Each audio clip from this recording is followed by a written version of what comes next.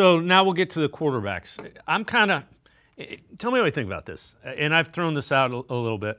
I don't think they're going to operate this year trying to find out what they have in the quarterback position. I think they're going into the draft next year assuming they're taking a quarterback with the highest of those first-round picks.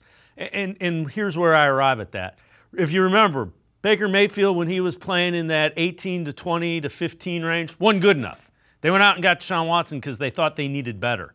So I think they're looking at if one of those picks is in the top 5, they're taking a quarterback. They're taking fill-in-the-blank quarterback who has shot up the draft board, unless one of these rookies plays so well that they're like, well, that's our guy. In order for them not to take a quarterback, one of these guys has to be darn near this year's Jaden Daniels. Listen, that's the frustrating part about the Browns, right? So here's the thing.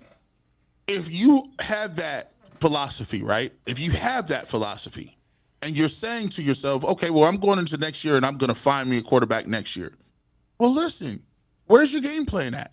If you're going to do that, I'm not taking Dillon Gabriel. I'm not even taking Shedeur in the fifth. If that's what you wanted to do, you could have. It's a 1-year deal you got for Kenny Pickett. You got a 1-year deal for Flacco. You know what that would have signified to everybody? Flacco is 40. Pickett is looks like a rental 1-year rental guide, and we're not going to sign after this year. Guess what? The position's wide open. And what you could have did is say, hey, Dillon Gabriel, I could turn that into a receiver, which we lack mightily. Well, I could turn that into somebody I could be developing right now. And then when you get your quarterback, you have an already set up thing like, hey, I know we needed some more depth on the offensive line. We took our 5th and 6th round picks and we bolstered the defensive line. We went and got a safety that we thought could play a little bit. We went and got another receiver. So we're setting this thing up to say, okay, good. That's what you want to move? Fine. But when you take Dillon Gabriel in your 3rd, that means Albert Breer said it. I didn't say he said it. You rarely cut a 3rd round pick. I mean, and a lot of people believe that was high for Dillon Gabriel to begin with. You remember all of the names that were on the board at receiver at that point in time. Then you take Shedeur Sanders.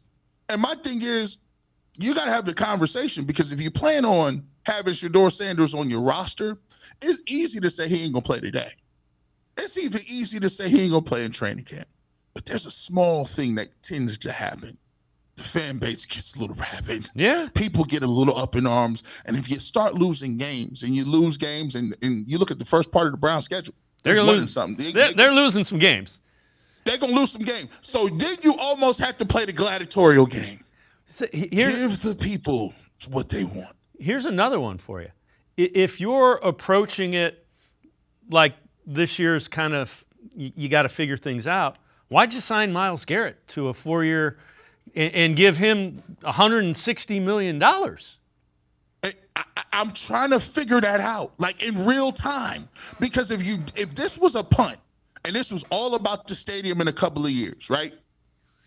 You got your picks, right? I mean, today, if you have Miles Garrett signed to a contract, well, I guess it don't really make no sense now, because obviously if you trade him, the cap penalties, whatever the ramifications. But here's the situation. Why would you do that? You should have took what you could have got. And maybe it was the punitive nature of Miles Garrett and how much money it would have cost you to move him in terms of the dead cap money with Deshaun Watson. My thing is this too. You got to think about the savings.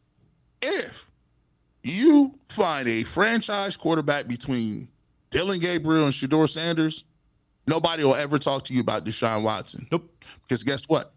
You got these guys playing for pennies on the dollar. Now you could keep Deshaun Watson perpetually at the back of your roster and pay him to go rehab, and nobody will talk about it because you got a quarterback in the 3rd or the 5th round. The whole thing, though, is the Miles Garrett thing makes me believe they think they're going to win some this year with either Joe Flacco or Kenny Pickett.